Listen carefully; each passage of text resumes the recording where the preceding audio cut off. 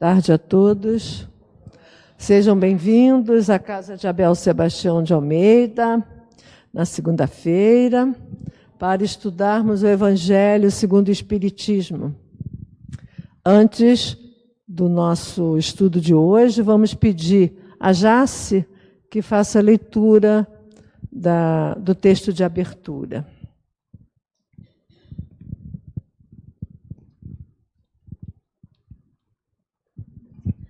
Boa tarde.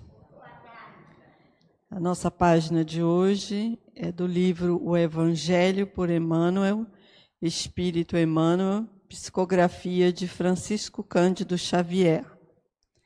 Exposição espírita.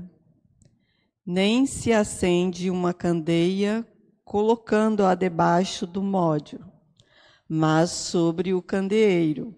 Assim ilumina todos que estão na casa. Mateus, capítulo 5, versículo 15.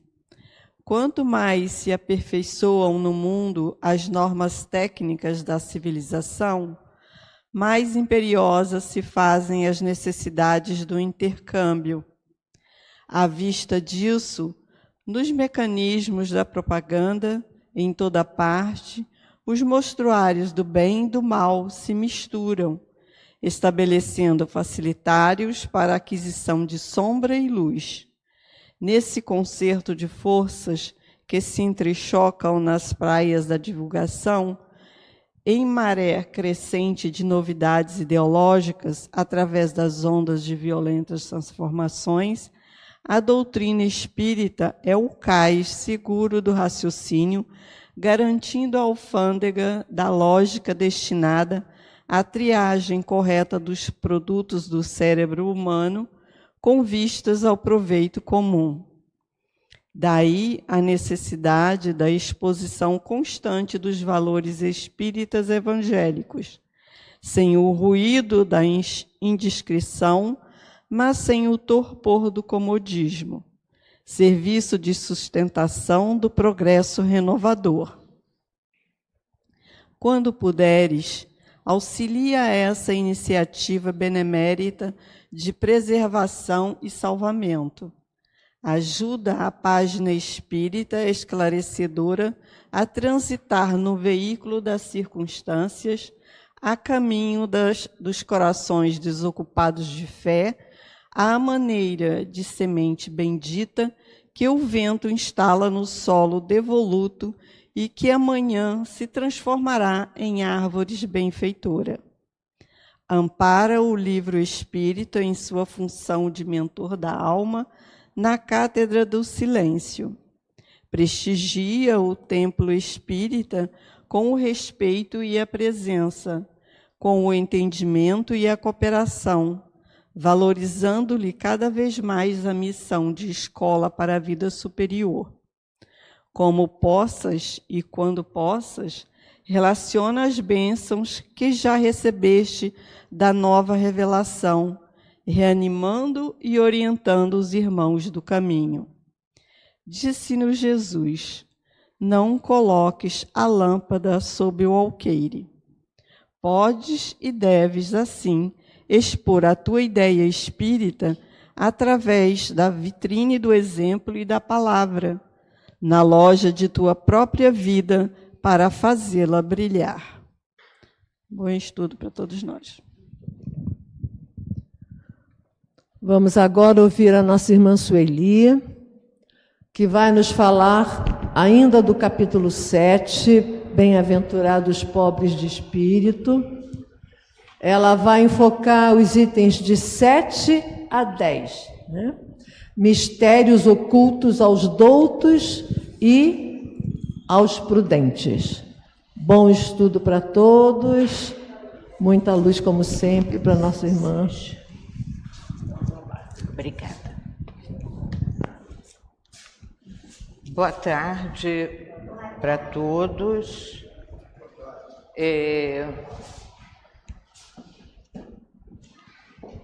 Vamos buscar a essência desses 3 itens, 7, 8, 9 e 10, 4 itens.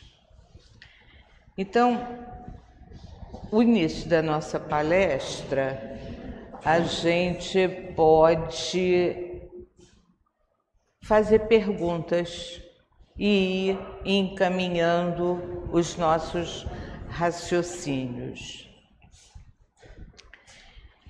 O que são as bem-aventuranças, né? É a primeira pergunta. As bem-aventuranças, no final, são virtudes que nos encaminham para a lei do amor. Se a gente quiser fixar melhor, pensem que as 9 bem-aventuranças que estão no Evangelho de Jesus são felicidades. Bem-aventurado é o feliz, a bem-aventurança é a felicidade. Falando assim, sinônimo, né? Mas quando a gente diz bem-aventurados os aflitos, felicidade com dor, fica meio esquisito, né? Bem-aventurados os pobres de espírito. Então, a gente tem que ficar esmiuçando as palavras e os significados que elas sugerem para colocá-las no nosso dia a dia. Então, as bem-aventuranças são momentos de felicidade, mas são momentos de felicidade porque nós estamos cultivando as virtudes. Aí, qual é o objetivo das bem-aventuranças? Dar à dor um sentido de aprendizagem. Aí as coisas começam a ficar um pouquinho mais claras. O Evangelho liga sempre a bem-aventurança a alguma situação dolorosa. E aí a gente entende que pode ser felicidade a dor no sentido da aprendizagem. E aí a gente transfere para a nossa vida.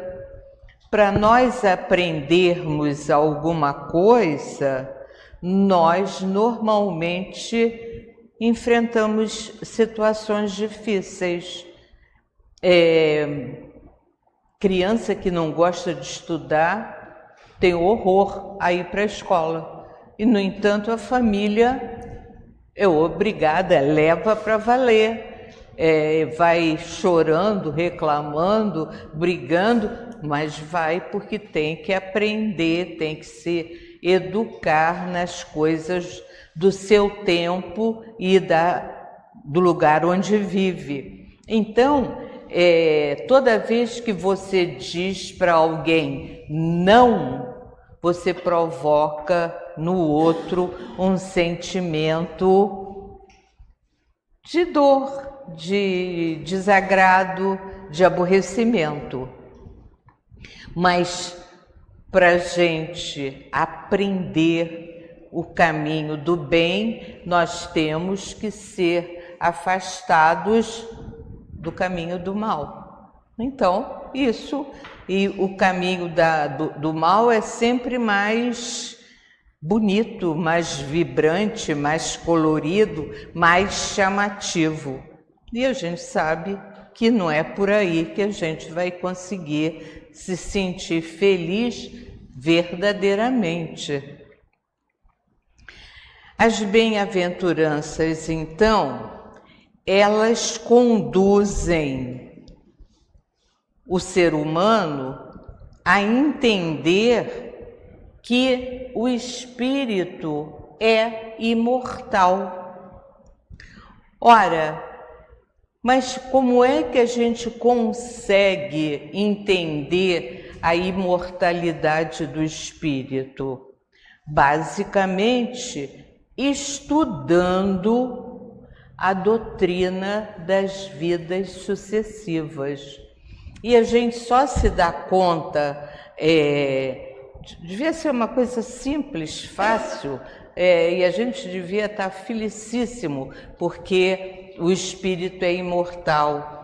Mas aí a gente, quando percebe a imortalidade do espírito, a gente consegue entender também o sofrimento do bebê que já nasce com problema cardíaco, que não sobrevive. A gente começa a perceber aquelas rasteiras que a vida nos prega. E aí a gente vai percebendo que há uma sequência de causa e efeito e que nada é errado, tudo está certo. Nós é que só entendemos uma parte dos acontecimentos que nos atingem. E aí o item 7 começa dizendo: então Jesus disse essas palavras: eu vos rendo glória, meu Pai.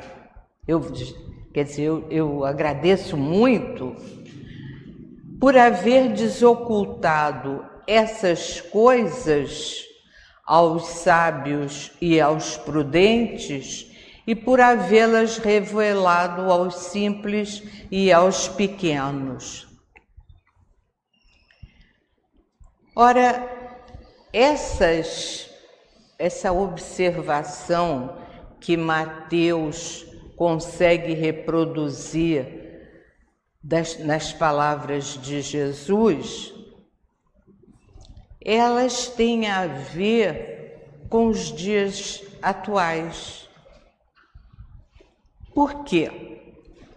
Porque nunca nós vimos as pessoas estudarem tanto, se dedicarem tanto e se perderem tanto.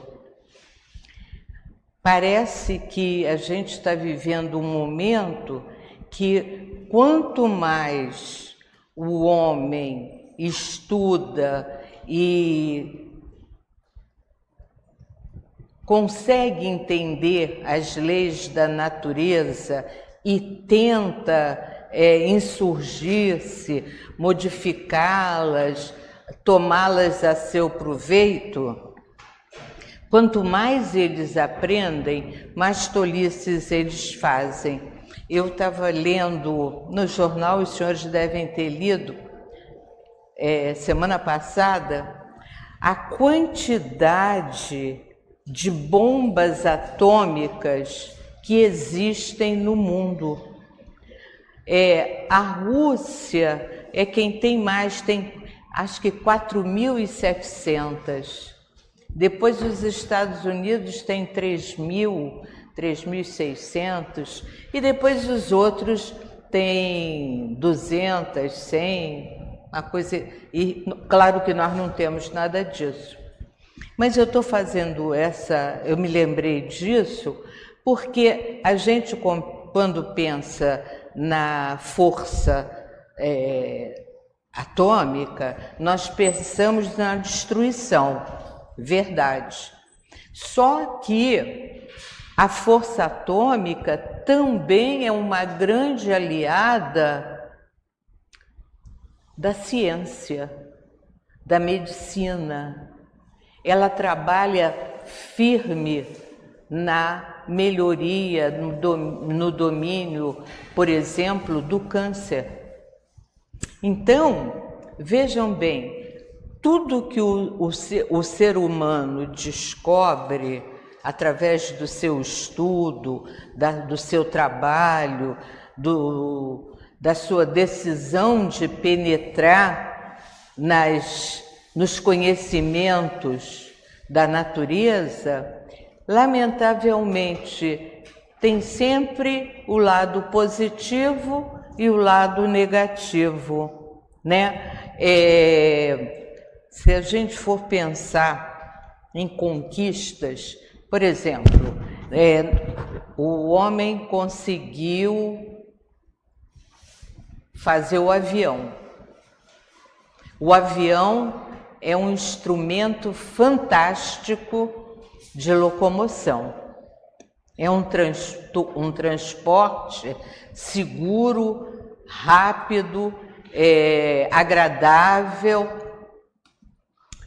E, no entanto, esse mesmo avião que facilita o transporte de seres humanos, de bens, de comida, de tudo mais, ele também carrega as bombas que destroem as cidades.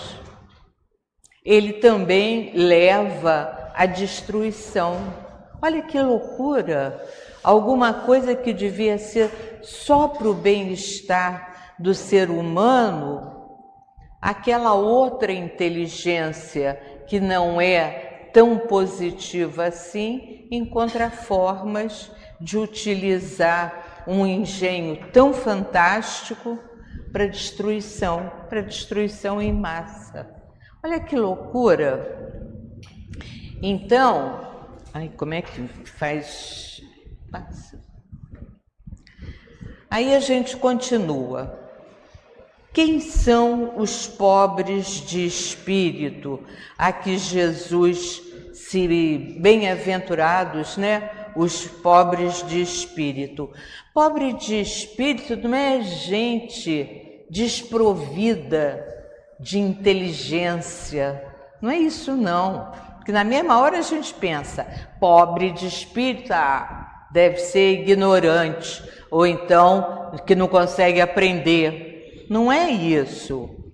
Ele diz que os pobres de espírito são os humildes, são aqueles que basicamente sabem que não sabem. São aqueles que não querem se comparar a Deus, que não querem se aproximar da sabedoria divina. Então, quando ele diz que o reino dos céus é dos simples, Jesus dá a entender que ninguém é admitido no reino dos céus sem a simplicidade do coração e a humildade do espírito. Que o ignorante que possui essas qualidades será preferido ao sábio que mais crê em si do que em Deus. Então, os pobres de espírito são aqueles homens que têm um conhecimento enorme, mas são totalmente desprovidos do sentimento de orgulho. Eu sou maioral. Nada disso. Eu sou aquele que estuda para ajudar, às vezes para ajudar um filho que nasceu com uma dificuldade que ele traz, sabe lá Deus por conta de quê? Do que aconteceu na trajetória espiritual dele. Mas o fato é que ele tentando diminuir a dor do próprio filho, ele ajuda a diminuir a dor da humanidade. Isso é que ser pobre de espírito, mas desprovido de orgulho. Os pobres de espírito são os humildes que nunca mostram saber o que sabem e nunca dizem ter o que têm. São aqueles que não aparecem, que passam pela vida trabalhando, construindo, edificando um mundo melhor, mas, pelo amor de Deus, não acende nenhum holofote em cima dele. Ele não quer isso. Os pobres de espírito são os que a modéstia é o seu distintivo. Os verdadeiros sábios são os que sabem que não sabem. E isso é muito engraçado, né? Reparem bem, quando a gente se dedica a estudar alguma coisa, não é tudo, porque cada um de nós só consegue estudar um pouquinho mais profundo um aspecto da natureza, da vida humana, né? Da sociedade. Mas quanto mais ele estuda, mais ele descobre que precisa estudar mais. É impressionante. Hoje em dia, a gente, os profissionais que têm graduação, eles se graduam em determinada profissão e continuam se aperfeiçoando. Aí fazem primeiro cursos de aperfeiçoamento, depois fazem cursos em nível de mestrado, depois fazem cursos em nível de doutorado, e hoje em dia já é normal fazer cursos de pós-doutoramento. Por quê? Porque quanto mais a gente estuda alguma coisa, mais a gente descobre que tem milhões de coisas sobre esse assunto que a gente não sabe, que tem que pesquisar, que tem que fazer experiências, que tem que ir aos locais para ver o que provocou. Agora, com essa história de elevação dos oceanos, a gente está vendo que tem muito cientista tentando entender melhor esses movimentos das marés, dos oceanos, daquelas falhas geológicas que existem na crosta da Terra, né? Aqueles pedacinhos que às vezes se soltam, se batem e provocam maremotos, terremotos. Então, tem um grupo de cientistas profundamente interessados, estudando esses movimentos sísmicos, todos eles, para ver se conseguem prever. A coisa mais importante é a gente conseguir prever alguma coisa que vai acontecer e, ao mesmo tempo, se eu não conseguir prever, que formas eu tenho para diminuir os prejuízos? Como é que eu vou poder agir para socorrer os que foram sacrificados por esses movimentos da natureza? Estou falando isso por exemplo, mas a gente pode ver, então, em termos de medicina, de doenças, o que os cientistas estão lutando para produzir vacinas. Agora tem um grupo de cientistas estudando vacina contra a obesidade. Não é só você tentar cuidar da obesidade, fazer bariátrica, fazer regime, tomar remédio. Eles agora querem fazer uma vacina que livre o homem das dificuldades da obesidade.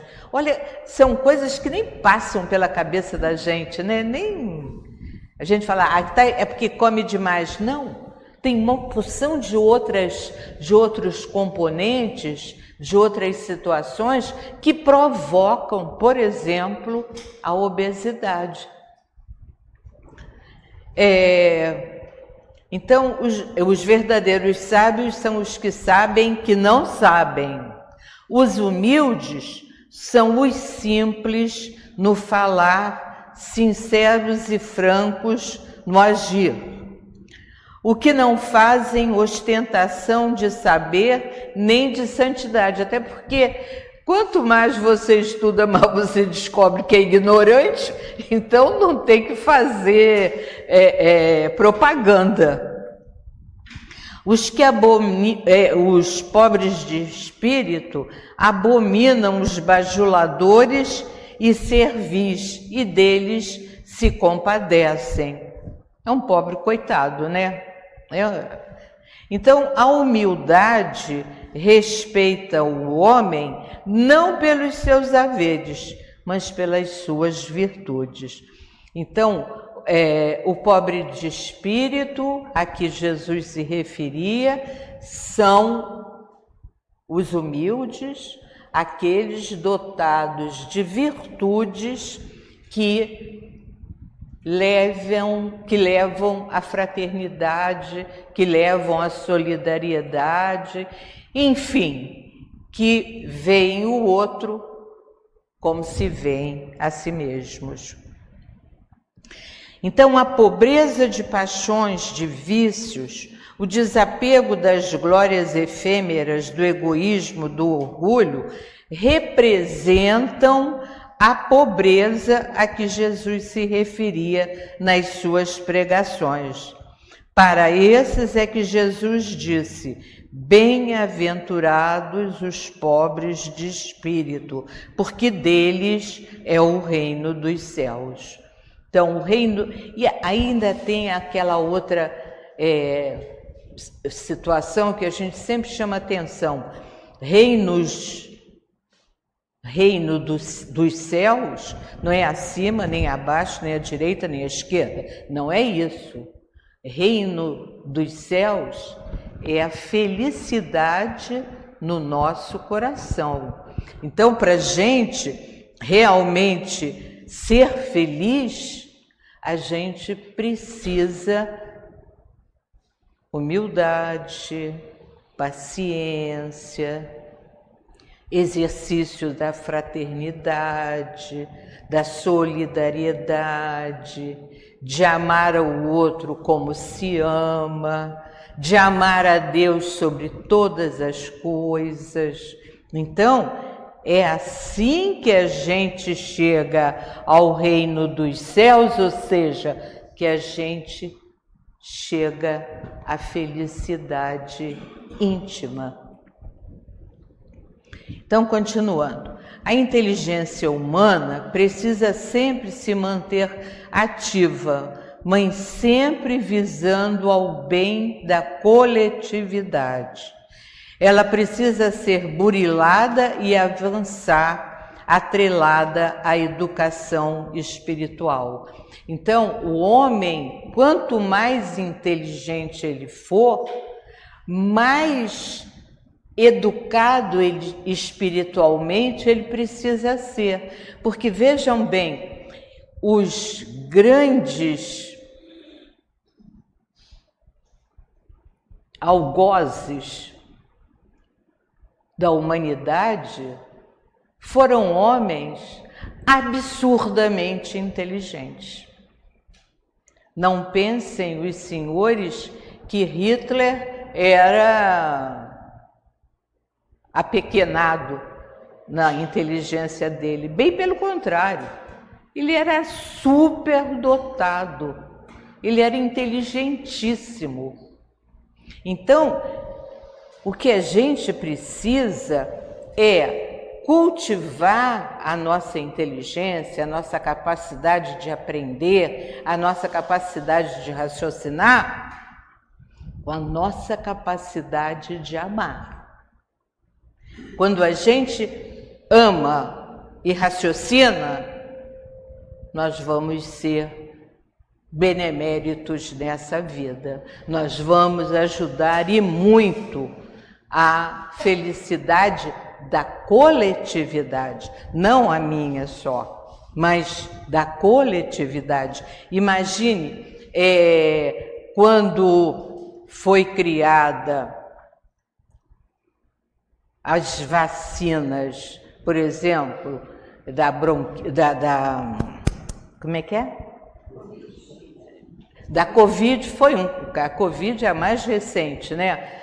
Nossa Senhora, o que parou de morrer gente por conta de Covid, uma coisa fantástica.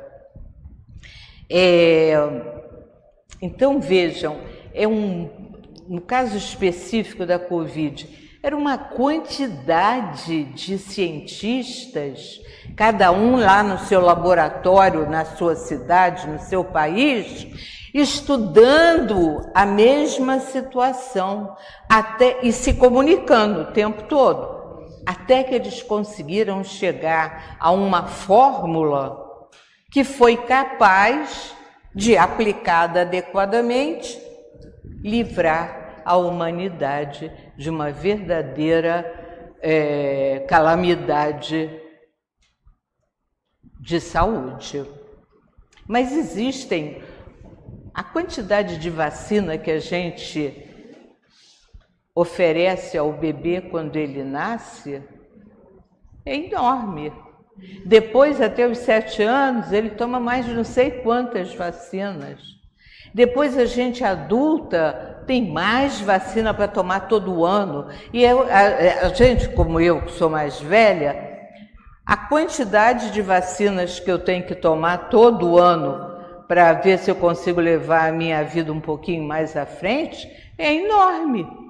Então, vejam, a vacina não surge do nada. Ela surge do trabalho silencioso de uma multidão de cientistas para favorecer a humanidade inteira. Olha que coisa fantástica!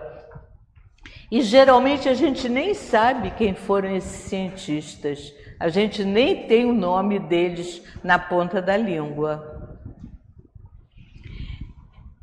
Então, a gente também tem que pensar o outro lado. Tudo tem o positivo e o negativo. Os conhecimentos científicos constroem cidades belíssimas, mas infelizmente criam armas capazes de destruí-las com um simples aperto de botão. Esse é que é o problema.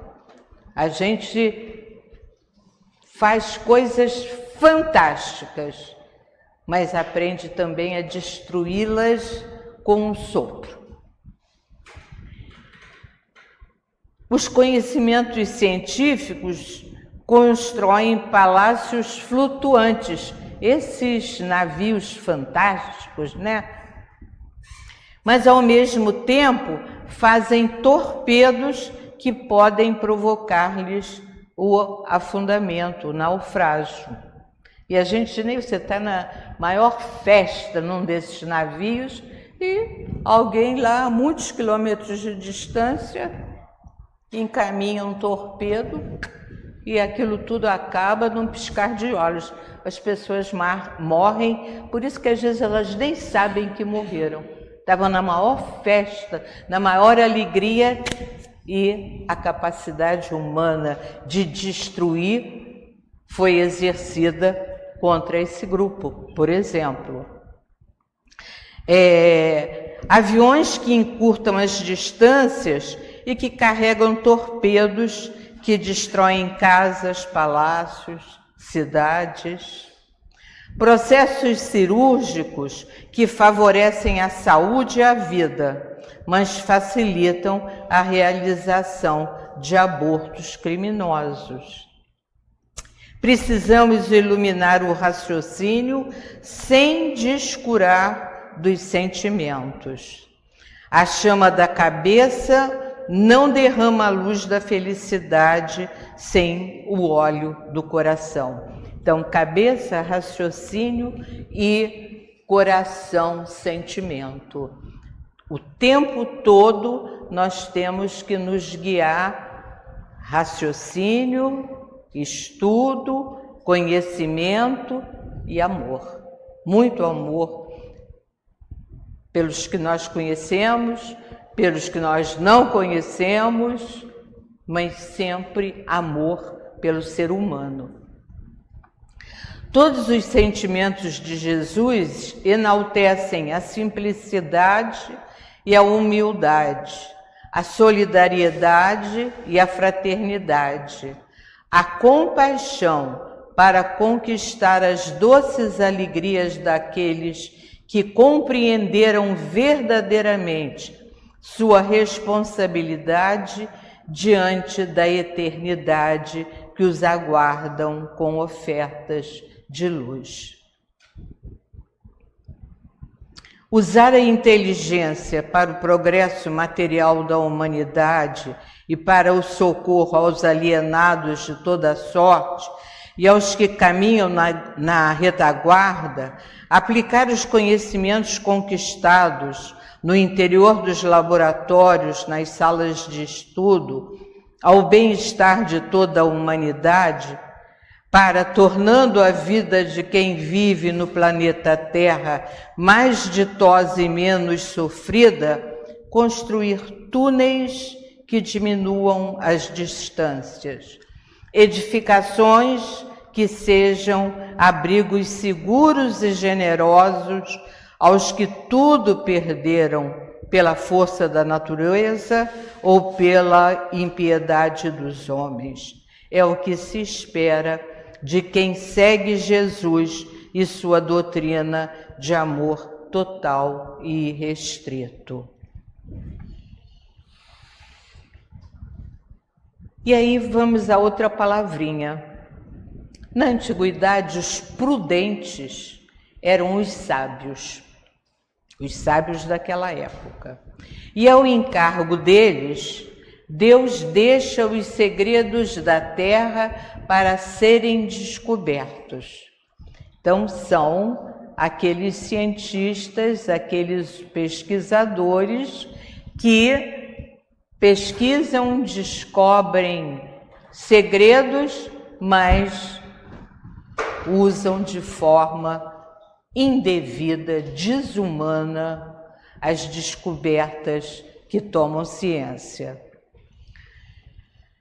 São os conhecimentos adquiridos nos laboratórios e a partir dos esforços do homem nas mesas de estudo, de experimentos e de trabalho, e revela os segredos do céu aos humildes do coração. Não quer dizer que os cientistas não sejam humildes de coração, mas a gente sabe que tem cientistas e cientistas, pobres e pobres. Não é porque é apocado de inteligência que tem o seu coração generoso, não é nada disso. Nós é que temos que ter sempre cuidado de aliar o raciocínio e a inteligência à capacidade de amar ao próximo. No item 9, a gente chega até a doutrina espírita. E a doutrina espírita é aquele conjunto de conhecimentos que não fica preocupado em conquistar adeptos. Todo mundo já ouviu em algum momento da vida sobre as lutas que houve na antiguidade em que se matava em nome de Deus, né? Aquele movimento das cruzadas na Idade Média era isso, matava-se em nome de Deus, ou seja, cristãos matavam os não cristãos para salvá-los. Mais adiante a gente sabe que uma parte dos cristãos se separou da doutrina cristã, mais católica, cristã católica, e fez uma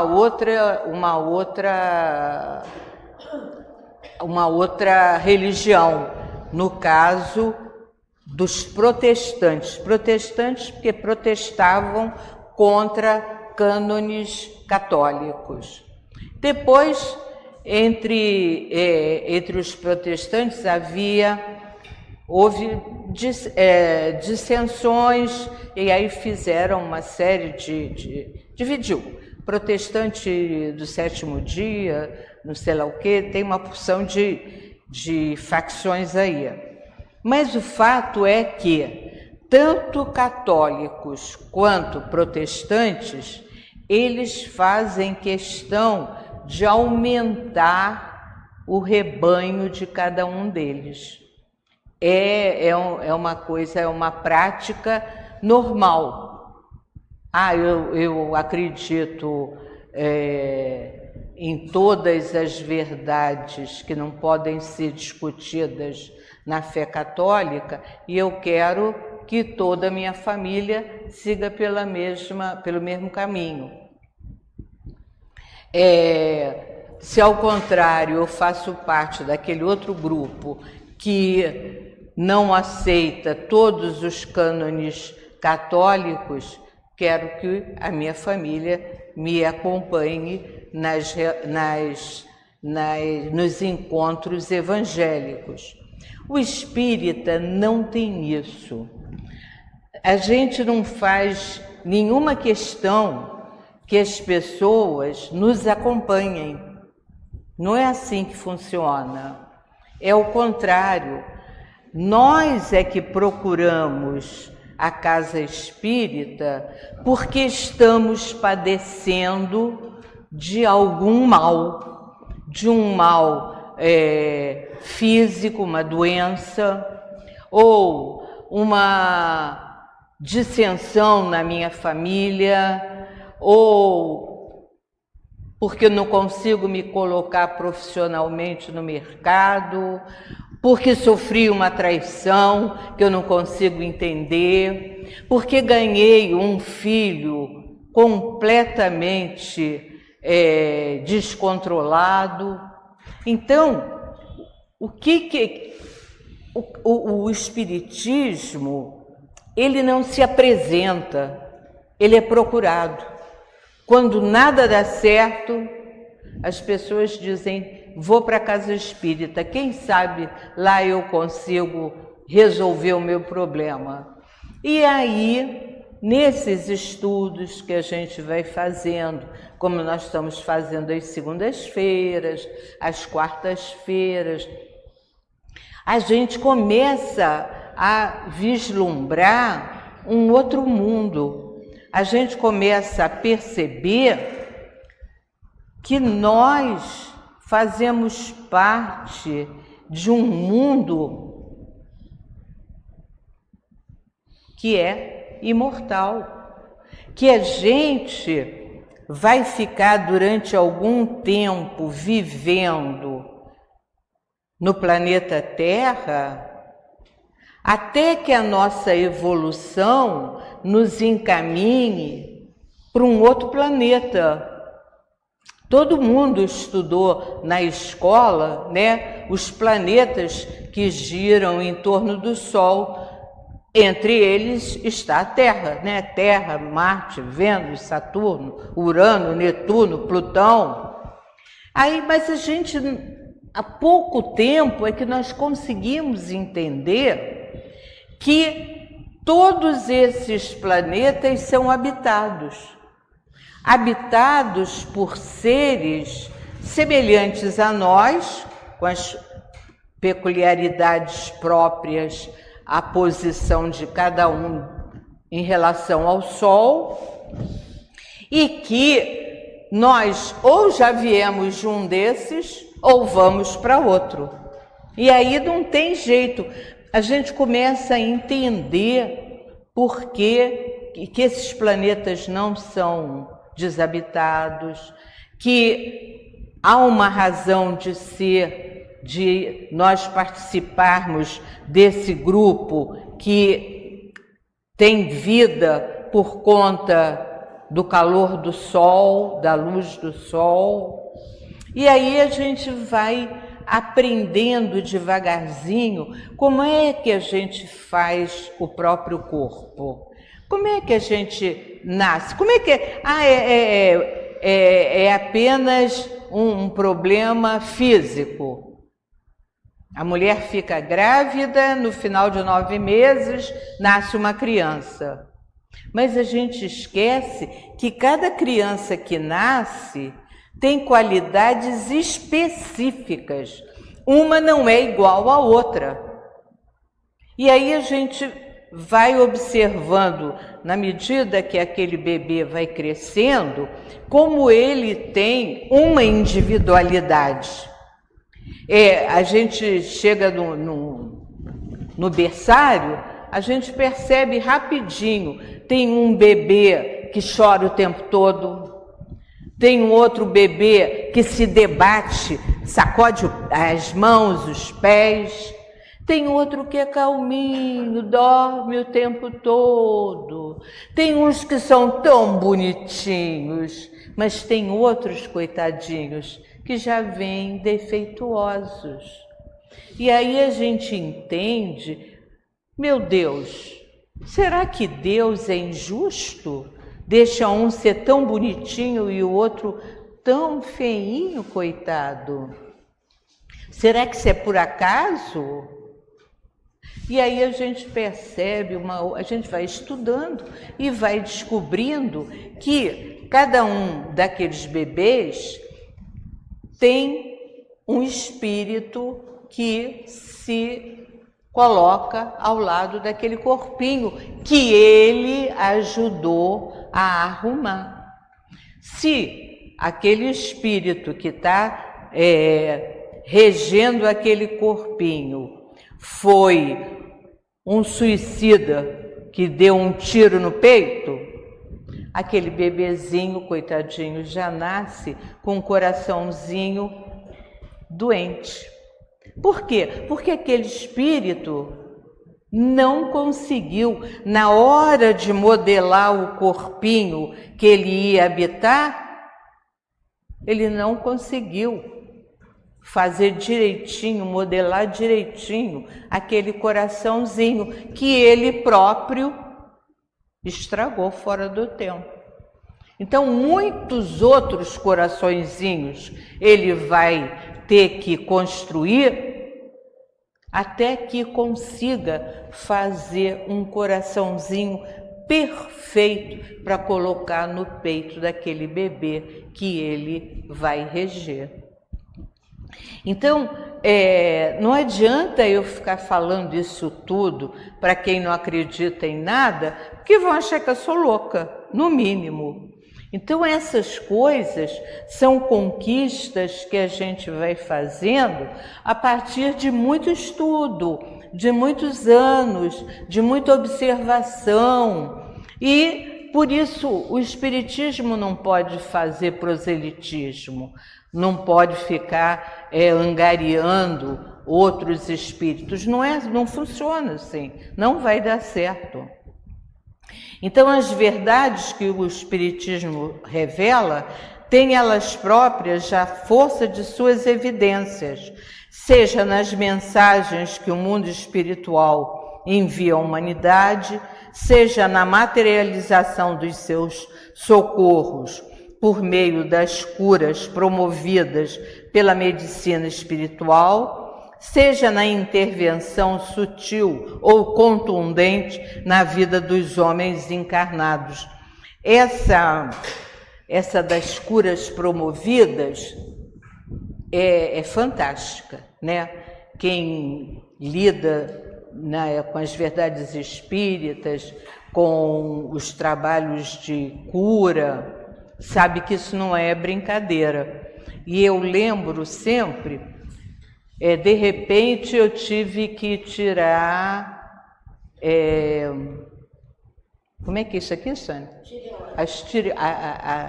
São 4 tireoides, eu tive que tirar. E aí eu fiquei meio assustada, confesso. E fui buscar ajuda espiritual, lógico, e fiz operação espiritual. Tudo bem. Quando o médico foi fazer a cirurgia, materialmente falando, abrindo o meu pescoço para tirar as tireoides, ele depois me disse, mas eu tinha dito a ele, olha, doutor, quando o senhor abrir, o senhor vai ver que elas estão soltas. É isso mesmo, porque eu fiz a operação espiritual. E ele aí veio, quando acabou o estudo, eu voltei a mim, ele veio falar comigo, ele falou, olha, a senhora sabe que eu só tive que pinçar as tireoides, são as bolinhas, porque elas todas as 4 já estavam soltas. Quer dizer, eu estou contando isso porque isso foi comigo, então eu posso contar. É para valer, não é brincadeira, é sério. É sério. Não quer dizer que a gente faça a cura espiritual e bote de lado o médico da terra, de jeito nenhum. Porque o médico da terra vai completar o trabalho, porque o espírito trabalha espiritualmente, o médico tem que trabalhar materialmente. Então, uma coisa não exclui a outra. Então, o poder de Deus se manifesta nas pequenas como nas grandes coisas, nas grandes verdades. Homens existem que, embora vejam, não admitem o poder divino regendo a vida deles e de toda a humanidade. Para estes que não creem e até negam o poder divino, Deus dá o tempo, remédio para todos os sofrimentos e igualmente para todas as aprendizagens. Por isso que a gente morre, nasce, morre, e não sei lá quantas mil encarnações nós já tivemos. Em cada uma delas a gente aprende um pouquinho. Deus escuta com bondade aqueles que a Ele se dirigem com humildade, e não aqueles que se creem mais do que Ele, Deus. E no item 10, nosso último item, Deus poderia impor-se aos homens, por mais incrédulos que fossem, mas aí nenhum mérito haveria na conversão dos mesmos homens. Nós precisamos acreditar em Deus, porque nós o vemos regendo a nossa vida. A existência de um mundo não material, de um mundo espiritual, de onde viemos e para onde retornaremos, é um conhecimento que precisa ser conquistado pelos prudentes, pelos sábios da antiguidade, que hoje são apenas os orgulhosos, os incrédulos de tudo, os que precisam ver e tocar para que, despindo-se da vaidade e do orgulho, possam reconhecer o poder supremo do Criador de todas as coisas, do céu, da terra e de todo o universo. Deus, que na sua bondade suprema e na sua justiça perfeita os receberá como filhos pródigos que retornam sofridos e saudosos à casa do Pai.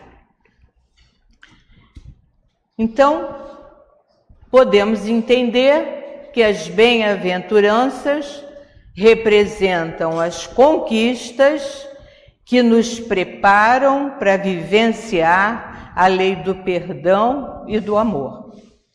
Só perdoa quem é humilde, só ama quem não deseja nada de superioridade em relação ao outro. As bem-aventuranças ensinam que a dor está a serviço do progresso dos homens. Lamentavelmente, a gente só aprende sofrendo. As bem-aventuranças levam os homens a admitirem a imortalidade da alma e a doutrina das vidas sucessivas. Elas pregam a esperança como verdadeira alavanca da fé. Ensinam a fraternidade e a solidariedade. É a lei da assistência mútua. E condenam a ambição e o egoísmo para que o progresso possa acontecer. Então, a bem-aventurança está a serviço do progresso individual e do progresso coletivo da humanidade que habita esse nosso planeta. Isso foi o que eu estudei a respeito das bem-aventuranças. Que nós sejamos calmos no momento da dor, que tenhamos sempre esperança que tudo vai passar e que outras oportunidades nos serão oferecidas para que a aprendizagem se realize de forma perfeita. Muito obrigada pela atenção.